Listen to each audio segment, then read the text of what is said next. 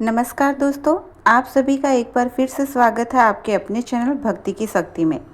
आज नवरात्रि का छठा दिन है, इसलिए आज मैं आपको सुनाने जा रही हूँ माँ कात्यायनी की कथा। इस दिन माँ दुर्गा के कात्यायनी रूप की पूजा की जाती है। कहा जाता है कि माँ कात्यायनी की पूजा करने से व्यक्ति को अपनी सभी इंद्रियों को वश में करने की शक्ति प्राप्त होती है।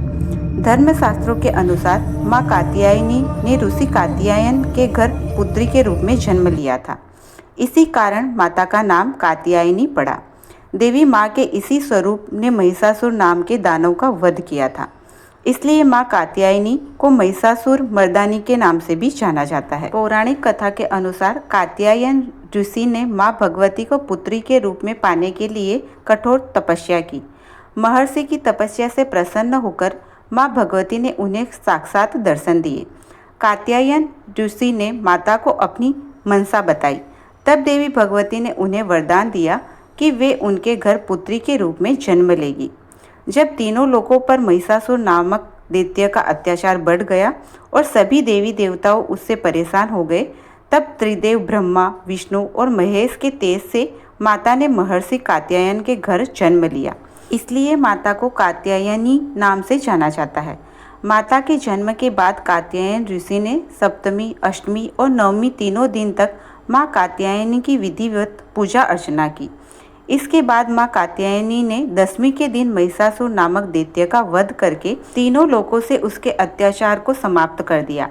माता कात्यायनी का शरीर सोने की तरह सुनहरा और चमकदार है। यह सिंह की सवारी करती है और इनकी 4 भुजाएं हैं। माँ कात्यायनी के एक हाथ में तलवार और दूसरे में प्रिय पुष्प कमल होता है, जबकि अन्य 2 हाथ वर मुद्रा और अभय मुद्रा में होते हैं। माँ कात्यायनी की पूजा करने के लिए सुबह जल्दी उठकर स्नान आदि कर ले और नित्य क्रमों से निवृत्त हो जाए। फिर देवी की तस्वीर या मूर्ति को एक चौकी पर स्थापित करे। फिर एक हाथ में पुष्प लेकर माँ के मंत्रों का जप करे और फूल को उनके चरणों में अर्पित करे।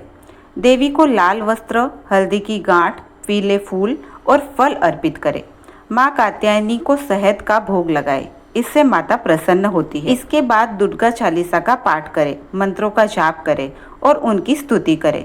माँ कात्यायनी की स्तुति के लिए या देवी सर्वभूतेषु माँ कात्यायनी रूपेणी संस्थिता नमस्तस्ते नमस्तस्ते नमस्तस्ते नमो नमः मंत्र का जप करे। सच्चे मन से जो भी माता की पूजा करता है, उसके जीवन की सभी बाधाएं दूर हो जाती है। माँ को सुगंधित फूल अर्पित करने से शीघ्र विवाह योग बनते हैं और प्रेम संबंधी बाधाएं भी दूर होती है। तो यह थी माँ कात्यायन की कथा। आपको यह कथा कैसी लगी हमें कमेंट करके ज़रूर बताएं और आपके अपने चैनल भक्ति की शक्ति को सब्सक्राइब जरूर से करें। पूरा वीडियो अंत तक देखने के लिए आप सभी का बहुत बहुत धन्यवाद।